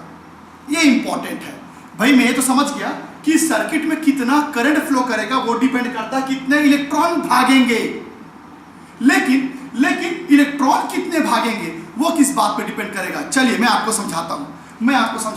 तो उसको समझने के लिए जरा ये एग्जांपल देखिएगा।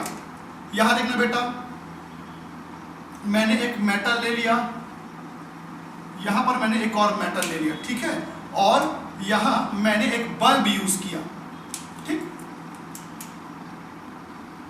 मैंने यहां एक बल्ब यूज किया और यहां मैंने 3 बल्ब यूज कर लिया। चलो ठीक है, यहां मैंने 3 बल्ब यूज किया। अब बल्ब जब चालू होगा तो इसके अंदर से फोटोन आएगा, इन फॉर्म ऑफ स्मॉल पैकेट्स, और इलेक्ट्रॉन निकल जाएगा। तो यहाँ 3 बल्ब हैं, तो नंबर ऑफ फोटॉन्स ज्यादा गिरेंगे, तो ऑब्वियसली नंबर ऑफ इलेक्ट्रॉन्स भी ज्यादा होंगे। बेटा फोटोन गिरता है तो इलेक्ट्रॉन निकलता है, जितने ज्यादा फोटोन गिरेंगे उतने ज्यादा इलेक्ट्रॉन निकलेंगे। तो भाई एक बल्ब जितना फोटोन गिराएगा उसके मुकाबले 3 बल्ब एक बार में ज्यादा फोटोन गिराएगा, है ना, और ज्यादा फोटोन गिराएगा तो इलेक्ट्रॉन भी ज्यादा निकलेंगे। अच्छा, अब इसको इंटेंसिटी के टर्म में समझते हैं। जानते हो इंटेंसिटी मतलब क्या होता है? सिंपल भाषा में उसका मतलब होता है ब्राइटनेस। हिंदी में उसको बोलते हैं तीव्रता, कि रोशनी कितनी तीव्र है, मतलब तीखी है, मतलब तेज है। तो बेटा अगर आपके सामने एक बल्ब जलेगा तो उसमें से रोशनी आएगा, 3 बल्ब जलाऊं तो रोशनी ज्यादा आएगा, ब्राइटनेस ज्यादा होगा, रोशनी तीखी होगी। ये बताओ, एक बल्ब जलेगा, हो सकता है आप सामने से उसको देख सको। अगर 3 बल्ब एक साथ जलाऊंगा देख पाओगे? नहीं, वो बहुत तीखी होगी, बहुत तीव्र होगी। तो ब्राइटनेस का मतलब होता है, इंटेंसिटी का मतलब होता है ब्राइटनेस। और ब्राइटनेस को हम लोग यहां पर देखिए कैसे बढ़ा रहे हैं। एक बल्ब होगा तो ब्राइटनेस कम होगा, 3 बल्ब होगा तो ब्राइटनेस ज्यादा होगा, है ना। तो अब आप मुझे ये बताओ किस केस में नंबर ऑफ फोटॉन्स ज्यादा गिर रहे हैं? नीचे वाले केस में। तो ज्यादा इलेक्ट्रॉन किस केस में निकलेगा? नीचे वाले केस में। तो बेटा जितना ज्यादा इंटेंसिटी लोगे तो यहां पर क्या होगा? यहां पर हाई इंटेंसिटी, यहां पर है लो इंटेंसिटी। इंटेंसिटी मतलब ब्राइटनेस, समझ लो, ब्राइटनेस। तो यहां ज्यादा बल्ब लगाए हो तो ज्यादा ब्राइटनेस आएगा। ज्यादा ब्राइटनेस मतलब ज्यादा फोटोन गिरेगा, ज्यादा फोटोन गिरेगा तो ज्यादा इलेक्ट्रॉन निकलेगा, और ज्यादा इलेक्ट्रॉन निकलेगा तो करंट भी ज्यादा फ्लो करेगा। तो क्या समझे? इंटेंसिटी ज्यादा होगा तो फोटो इलेक्ट्रॉन्स ज्यादा निकलेंगे, तो फोटो करंट भी ज्यादा फ्लो करेगा। तो यहां पर दूसरे पॉइंट में मैंने वही तो लिखा हुआ है, प्लीज कॉपी करेंगे इसको। ये देखिए, इस नीचे वाले पॉइंट में मैंने वही लिखा है कि इंटेंसिटी बढ़ाओगे तो नंबर ऑफ फोटो इलेक्ट्रॉन्स बढ़ेंगे, जिससे फोटो करंट बढ़ेगा। सब डायरेक्टली प्रोपोर्शनल है।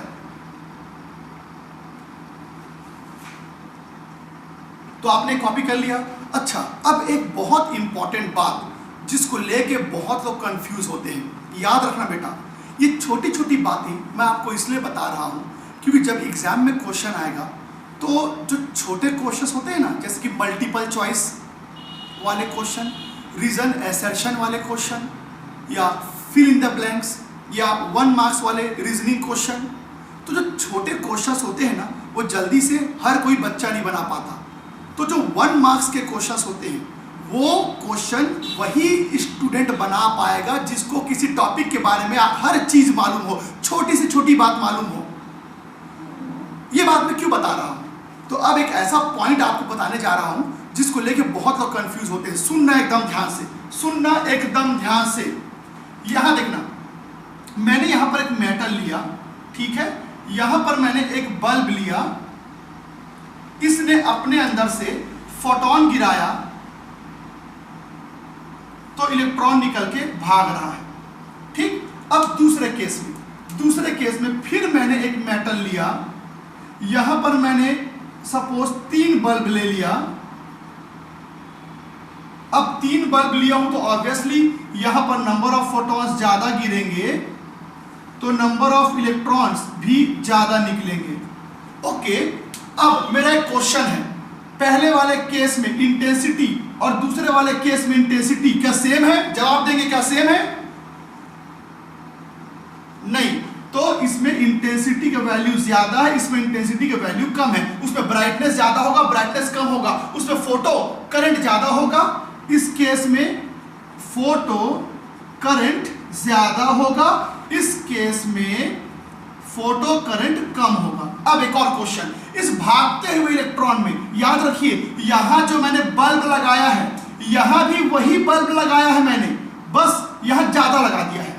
तो बेटा दोनों केस में बल्ब सेम है, तो बताइए इस भागते हुए इलेक्ट्रॉन में जो काइनेटिक एनर्जी होगा और इस भागते हुए इलेक्ट्रॉन में जो काइनेटिक एनर्जी होगा क्या वो सेम होगा?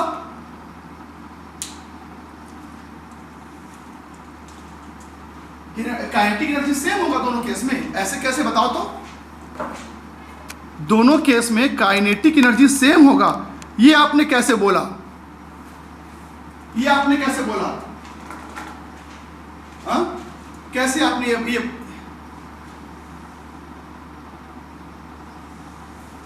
बेटा समझते इस बात को, ये बताओ कि काइनेटिक एनर्जी जो होता है, काइनेटिक एनर्जी जो होता है वो किस बात पे डिपेंड करता है? रेडिएशन से आने वाले फोटोन पे, एक फोटोन पे, एक इलेक्ट्रॉन जो निकलता है वो एक फोटोन पे डिपेंड करता है। जरा ध्यान से सुनिएगा, जरा ध्यान से सुनिएगा।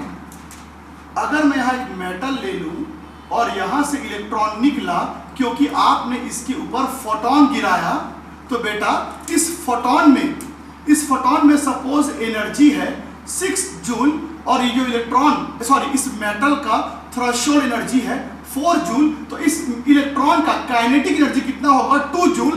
तो ये बताओ ये इलेक्ट्रॉन कितने काइनेटिक एनर्जी के साथ भागेगा? वो किस पे डिपेंड करेगा? एक फोटोन के, मैंने कहा एक फोटोन के एनर्जी पे, एक फोटोन की एनर्जी पे। तो एक इलेक्ट्रॉन का जो काइनेटिक एनर्जी है उसको नंबर ऑफ फोटोन से मतलब नहीं है, उसको एक फोटोन से मतलब है।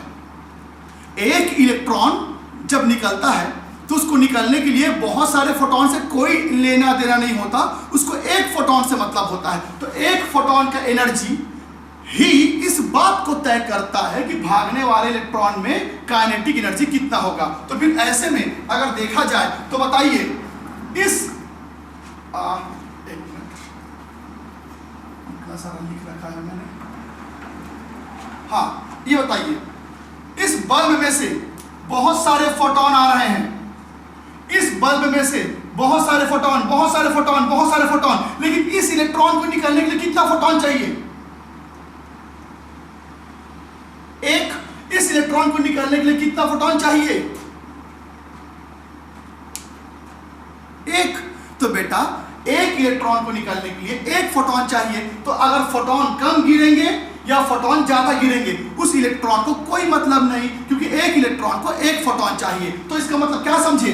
दोनों केस में बल्ब सेम है, तो बेटा इस बल्ब से जितना एनर्जी वाला फोटोन गिरेगा इस बल्ब से भी उतना ही एनर्जी वाला फोटोन गिरेगा।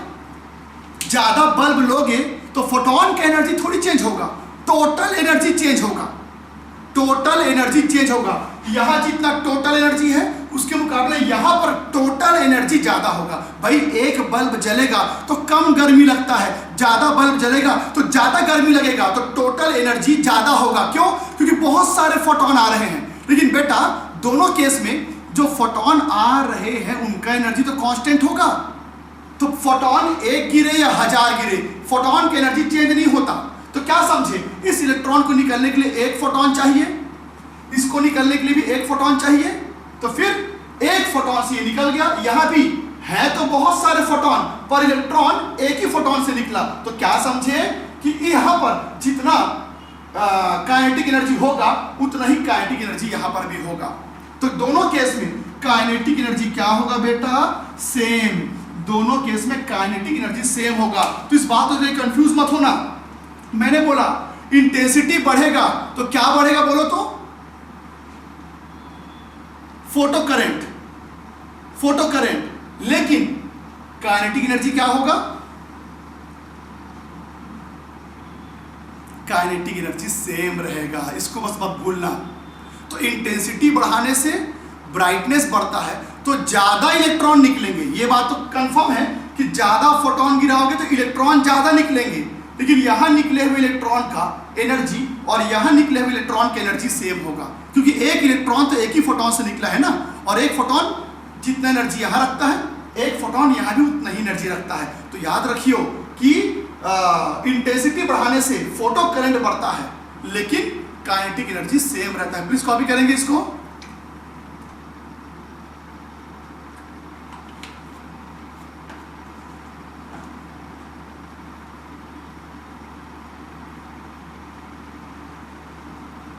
क्या आपने ये कॉपी कर लिया बेटा?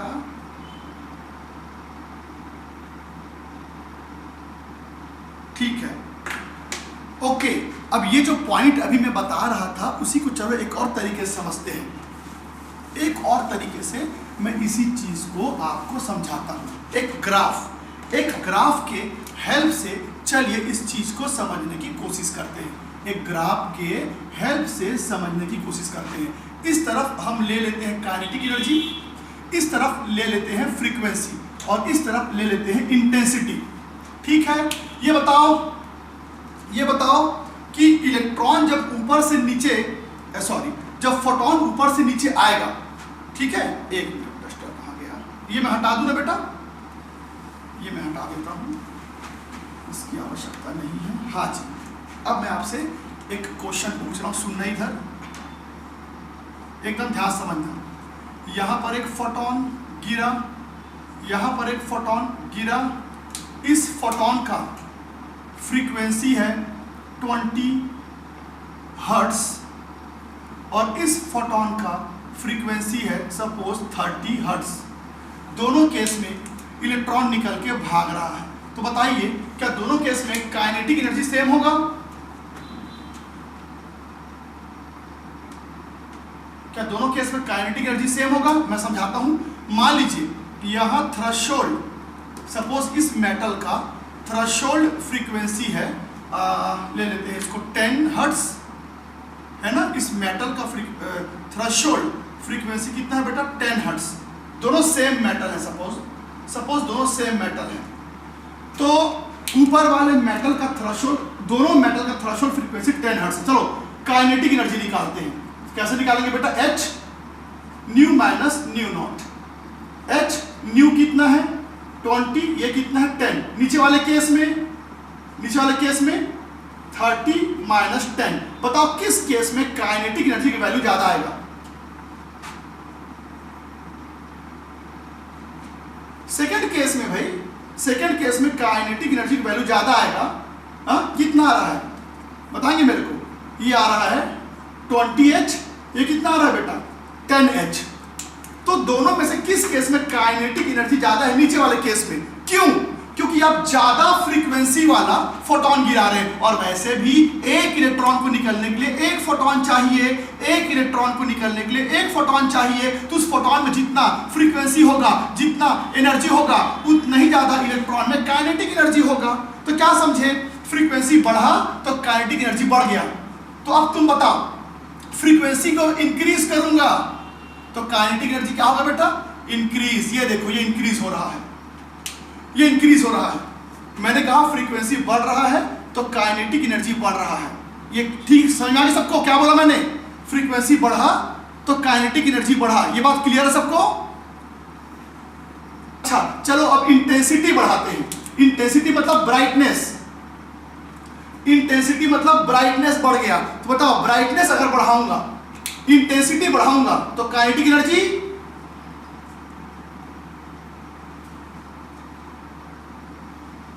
नो चेंज, है ना, कांस्टेंट। ये ग्राफ ऐसे बनेगा, ये ग्राफ ऐसे बनेगा। ये लाइन सीधा क्यों जा रहा है बेटा?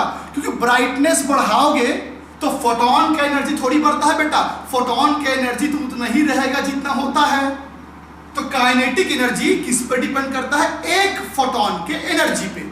और ब्राइटनेस बढ़ाने से एक फोटोन का एनर्जी नहीं बढ़ता, तो काइनेटिक एनर्जी थोड़ी बढ़ेगा। तो क्या समझे? ब्राइटनेस बढ़ाओगे तो तो काइनेटिक एनर्जी चेंज नहीं होगा, वो कांस्टेंट रहेगा। प्लीज इस ग्राफ को बना लीजिए।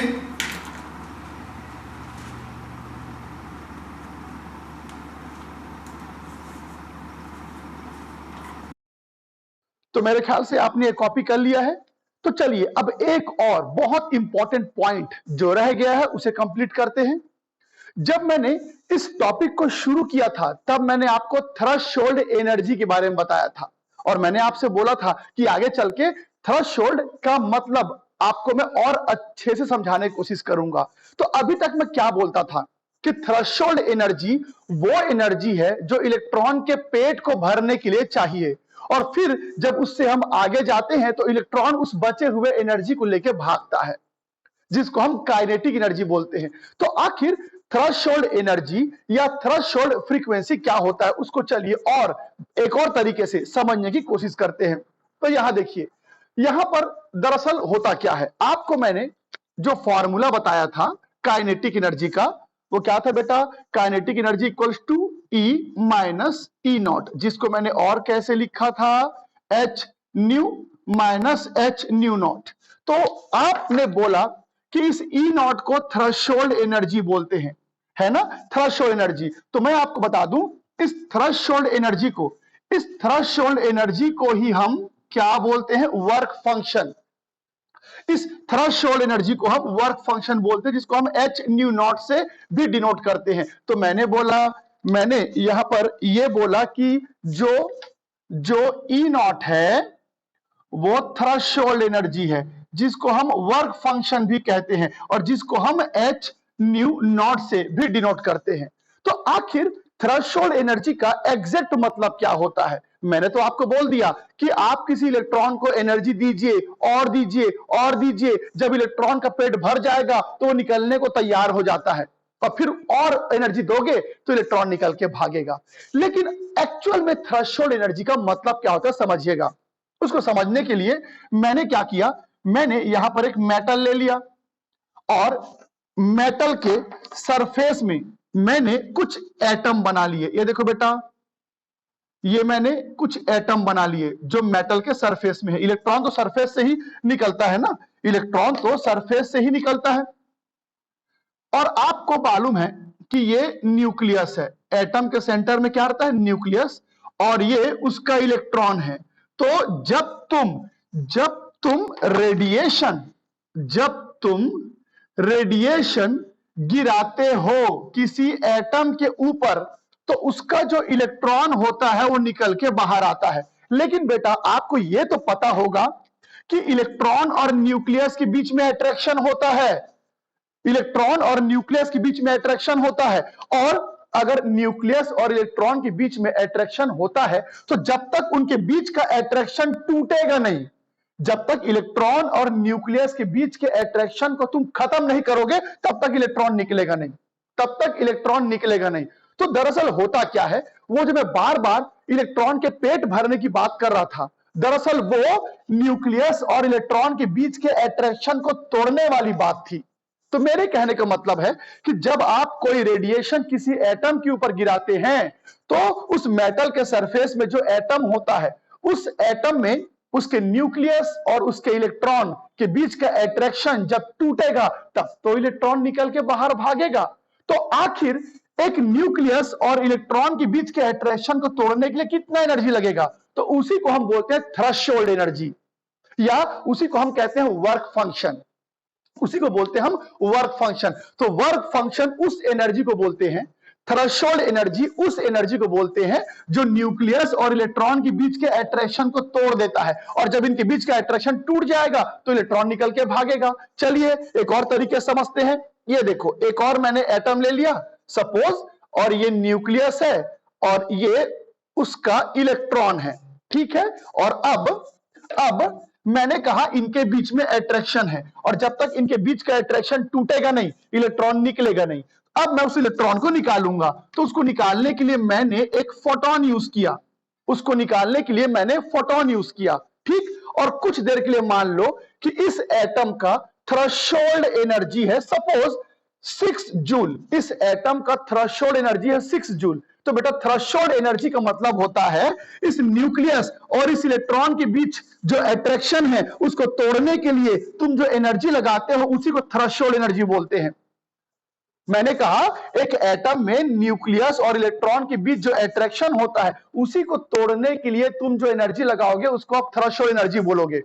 तो अब क्या होगा, मान लीजिए मैंने एक फोटोन दिया, मान लीजिए कि मैंने एक फोटोन दिया जिसके अंदर एनर्जी है सपोज 8 जूल। तो बेटा जब 8 जूल एनर्जी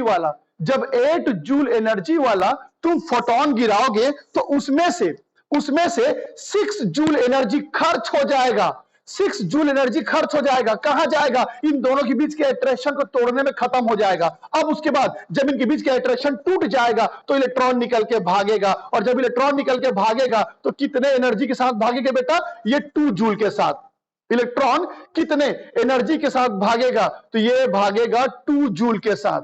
तो याद रखिएगा कि थ्रेशोल्ड एनर्जी का एक्चुअल मतलब होता है न्यूक्लियस और इलेक्ट्रॉन के बीच के अट्रैक्शन को तोड़ना, और जब इनके बीच का अट्रैक्शन टूट जाएगा तो इलेक्ट्रॉन भागेगा। तो आप जितना भी एनर्जी वाला फोटोन गिराओगे उस फोटोन के एनर्जी में से इस अट्रैक्शन को तोड़ने में जितना एनर्जी लगेगा उतना एनर्जी कंज्यूम हो जाएगा। मैंने बोला आप जब फोटोन गिराओगे तो जितना भी एनर्जी वाला फोटोन गिराओगे उसमें से कुछ एनर्जी इन दोनों के बीच के अट्रैक्शन को तोड़ने में खत्म हो जाएगा, और जब अट्रैक्शन टूट जाएगा तो बचा हुआ एनर्जी को लेके ये इलेक्ट्रॉन भागेगा। और यहां याद रखना, यह टाइम लैगिंग बिल्कुल नहीं होगा। टाइम लैगिंग मतलब यह नहीं कि अट्रैक्शन टूट गया फिर इलेक्ट्रॉन वेट कर रहा है निकलने के लिए, ऐसा नहीं होगा।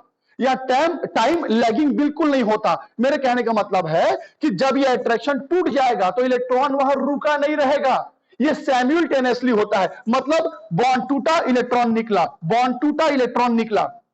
तो फोटोन के गिरने और इलेक्ट्रॉन के निकलने के बीच किसी भी प्रकार का समय का अंतर नहीं होता, कोई टाइम लैगिंग बिल्कुल नहीं होता, यहां बिल्कुल लैग नहीं होगा टाइम, है ना। तो इलेक्ट्रॉन जो है जैसे ही फोटोन गिरेगा तुरंत निकलेगा और कुछ एनर्जी वो खा जाएगा अट्रैक्शन तोड़ने के लिए, और उसके बाद बचा हुआ एनर्जी को लेके बाहर जाएगा। तो यहां पर मैंने क्या लिखा है, वर्क फंक्शन। तो ई नॉट को थ्रेशोल्ड एनर्जी, उसी को वर्क फंक्शन बोलते हैं। और देखिए मैंने यहां पर लिखा हुआ है कि थ्रेशोल्ड एनर्जी वर्क फंक्शन को बोलते हैं, और वर्क फंक्शन वो एनर्जी होता है जो न्यूक्लियस और इलेक्ट्रॉन के बीच के अट्रैक्शन को खत्म करने के लिए उसकी आवश्यकता आपको पड़ेगी। तो किसी भी मेटल के सरफेस में जो एटम होता है जब उसके ऊपर फोटोन गिरता है तो उस फोटोन का कुछ एनर्जी अट्रैक्शन तोड़ने में खत्म हो जाएगा, जिसको बोलेंगे थ्रेशोल्ड एनर्जी, और बाकी बचा हुआ एनर्जी को लेके वो बाहर जाएगा। तो प्लीज ये होता है वर्क फंक्शन, कॉपी कर लेंगे इसको। तो मेरे ख्याल से आपने ये कॉपी कर लिया। तो अब मैंने आप लोगों को फोटो इलेक्ट्रिक इफेक्ट के बारे में सब कुछ बता दिया। हालांकि मैं बता दूं, फोटो इलेक्ट्रिक इफेक्ट फिजिक्स में भी आपको पढ़ना है और केमिस्ट्री में भी आपको पढ़ना है। हालांकि फिजिक्स में फोटो इलेक्ट्रिक इफेक्ट को आप और एडवांस लेवल पे पढ़ोगे, पर केमिस्ट्री में फोटो इलेक्ट्रिक इफेक्ट के बारे में जितनी बातें बताई गई हैं मैंने उससे आपको ज्यादा ही बताया है। तो मैं उम्मीद करता हूं कि फोटो इलेक्ट्रिक इफेक्ट क्या होता है ये आप पूरी तरह से समझ गए होंगे। तो चलिए आज के क्लास में मैं इतना ही कराता हूं। इस टॉपिक के जो क्वेश्चंस होते हैं, जो न्यूमेरिकल होते हैं, वो आपको मैं अगले क्लास में कराऊंगा। ठीक है, तो अब तक अपना ख्याल रखिए। Good bye.